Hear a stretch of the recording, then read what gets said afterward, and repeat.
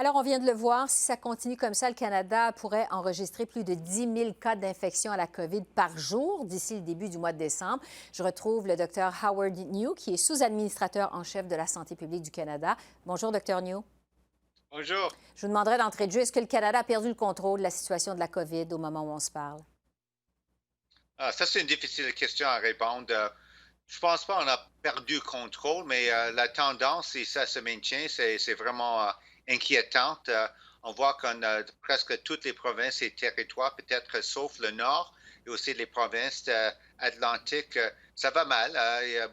Le taux de cas continue à augmenter. Oui, parce que quand on regarde justement le portrait à l'échelle nationale, le Québec, l'Ontario ont enregistré des nombres records en fin de semaine d'infections. Le Manitoba aussi, ça va mal du côté de la Colombie-Britannique.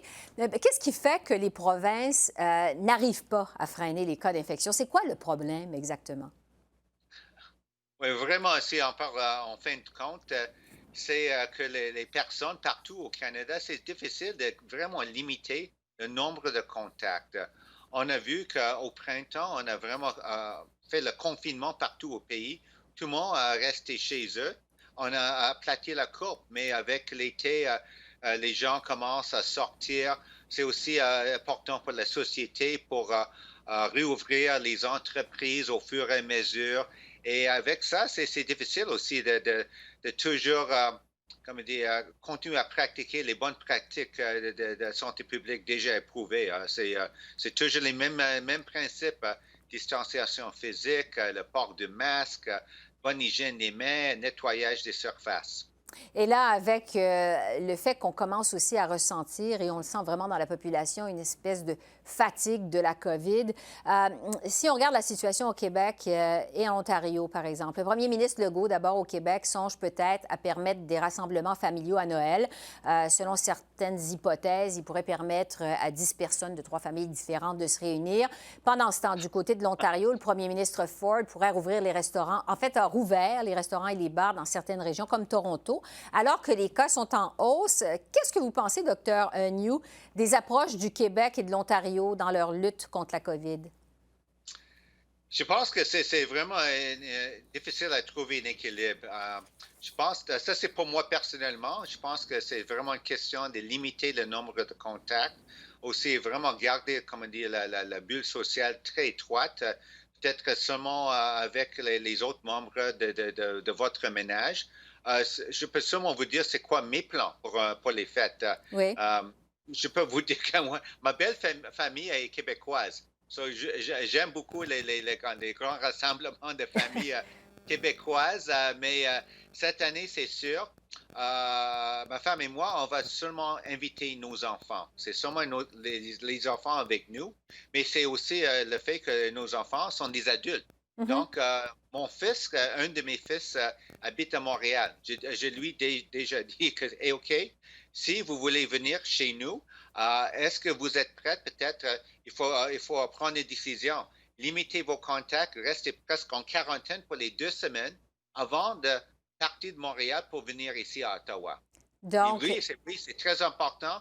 Je fais le faire, papa. C'est beau. Et quand on va faire les fêtes ici chez nous, on dit aussi parce que c'est toutes les personnes qui n'habitent pas ensemble. On va porter tout le monde les masques aussi, garder la distance. On va avoir les bons bouffes, tout ça, mais c'est vraiment avec toutes les mesures de santé publique. oui, bon, Ça, c'est mon limiter. plan personnel. Oui, mais limiter évidemment les contacts le plus possible, les rassemblements le plus Oui. possible. Quand on regarde d'une province à l'autre, pardon, ça varie beaucoup. Et les consignes, les mesures d'hygiène, de santé publique des provinces. Il y a certaines pressions pour que le gouvernement fédéral mette de l'avant un plan national de lutte contre la COVID pour guider davantage les provinces dans leur lutte contre la COVID. Est-ce que c'est une bonne idée? Est-ce qu'on est rendu là au Canada?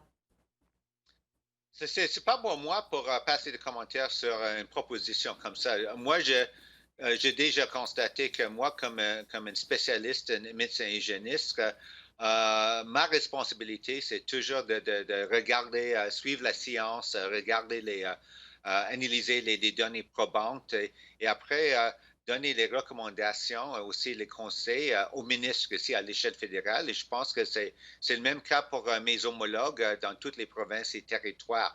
Euh, on sait, moi aussi, je suis très conscient au fait que on travaille avec un système fédéral ici, à la responsabilité des provinces et territoires. C'est vraiment pour les livraisons des services de santé publique, aussi soins de santé. Si on rentre dans une autre étape, oui, je pense que c'est peut-être un enjeu, quelque chose à discuter entre le premier ministre Mhm. avec ses homologues, mais c'est pas vraiment pour moi pour donner, comme on dit, une Des lignes de conseil au pays conduite. pour faire ça exactement, ça ou là. Ce sera au gouvernement de décider, donc, pour peut-être un plan national de lutte contre la COVID. Sur une note plus encourageante, maintenant, Dr. New, j'aimerais vous entendre à propos des vaccins. On sait que la compagnie Moderna nous annonçait aujourd'hui que son vaccin contre la COVID est efficace à 95 ou presque. La pharmaceutique Pfizer nous apprenait la semaine dernière que son vaccin, à elle, est efficace à plus de 90 Et on sait déjà que le Canada a sécurisé des millions de doses de ces vaccins. Oui. Ces vaccins-là pourraient être disponibles à partir de quand au Canada? On pourrait commencer à les administrer quand au Canada? OK, seulement pour peut-être faire un résumé. À date, on a vraiment beaucoup des ententes avec, on me dit, plusieurs candidats de vaccins prometteurs, incluant le vaccin de Pfizer, aussi de Moderna, mais aussi 5 autres candidats, même une compagnie Medicago qui est À basée Québec? à Québec, c'est ça. Mais avec les phases, comme avec les essais cliniques, c'est Pfizer et Moderna qui sont le plus avancés comparé aux autres. Ils sont en train de compléter, comme dire, leur phase 3 avec un grand nombre de personnes.